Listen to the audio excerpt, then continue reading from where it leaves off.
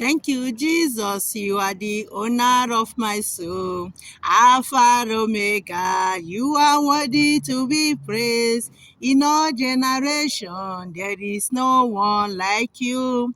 Alpha and Omega. You are worthy to be praised. Thank you, Jesus. You are the owner of my soul. Alpha and Omega. You are worthy to be praised. In all generation, there is no one like you. Alpha and Omega, you are worthy to be praised. Thank you, Jesus. You are the owner of my soul. Alpha and Omega, you are worthy to be praised. In all generation, there is no one like you. Alpha and Omega, you are worthy to be praised. Good morning. Good afternoon, good evening, my dear brothers and sisters. Ụbọchị tata ana m ewetara unu akwụkwọ nsọ nke topic ewu Ask, it shall be given unto you. Ka anyị lee n'anya na the book of John 14 verse 14 to 15. I read, if ye shall ask anything in my name, I will do it. If ye love me, keep my commandments. Amen. My dear brothers and sisters, in the book of John 14 verse 14 to 15 na-agwa anyị na ihe ọbụla ị yọrọ na ọ ga-emere gị ihe ọbụla ị yọrọ Chineke Nna n'aha ya na ọ ga-emere gị na as long as na keepụrụ commandment ya na ọ ga-emere gị that ihe a ị na-ayọ ya. Therefore, Nwachukwu, so many ụmụchukwu na-ayọcha Chineke Nna ihe, Chineke Nna agba ha nkịtị, because ịyọ Chineke Nna ihe for your selfish reason, ọ ga-enye gị ọnụ na ya. Ịyọ ya ka iji wee mee proud na ifu na onye a nwere, ka ịyọ Chineke Nna ka onye kwuo gị nke a, ọ ga-enye gị ya. But that thing na you need the most na-emetụta gị n'ahụ ka ị ga-ayọ Chineke Nna, ifu na ọ ga-provide era gị so easy. O provide era gị onye ga-agbatara gị ọsọ enyemaka.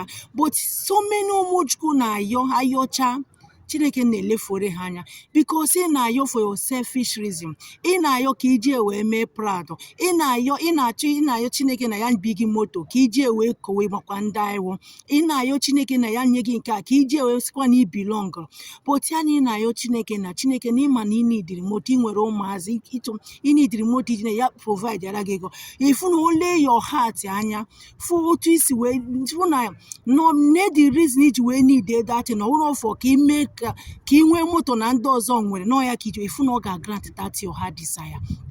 Ma ọ n'inidiri obibi si Chineke Nna na inidikwe ka ị nwekwe n'ụlọ nke gị, ka ị nwekwa n'ụlọ nlọdụ nke gị, and Chineke Nna afụ ya na ide ayi afọ ka ọwụ na iso na ndị na-aza landlord na ị na-ayi afọ your family ka na need ifu na ọ ga-emere gị ya. And the most important thing, you keep the commandment of God. You keep all the commandment of God. Ihe ọbụla ị yọrọ Chineke na no wụrụ for your own selfish interest, ifu na ọ ga-grant gị that thing ị na-ayi ya.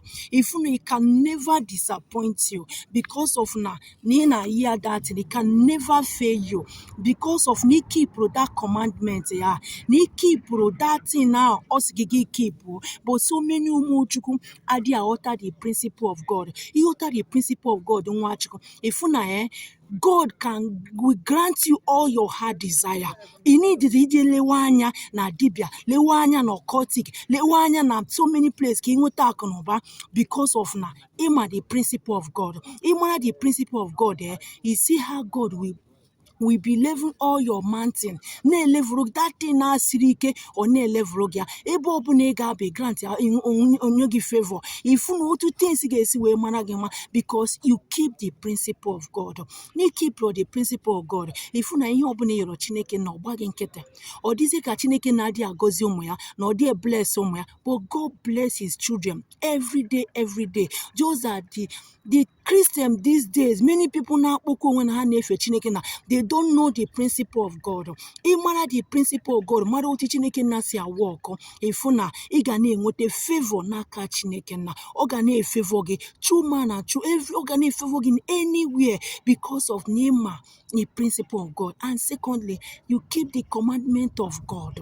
Love your neighbor as yourself. Love all your brothers and sisters. Love your brothers and sisters also.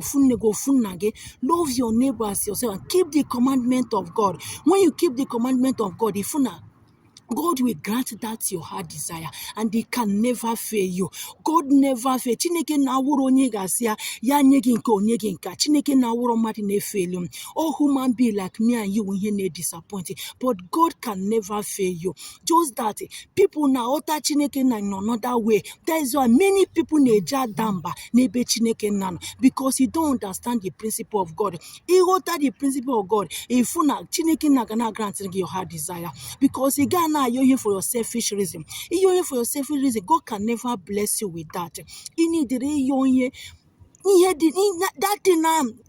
most. You need the most in nature resolve.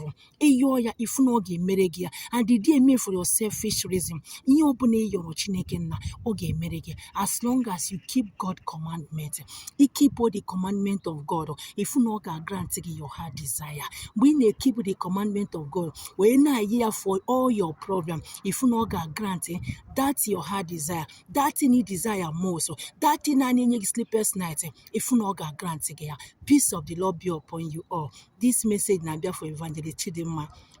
Peace of the Lord be upon you all.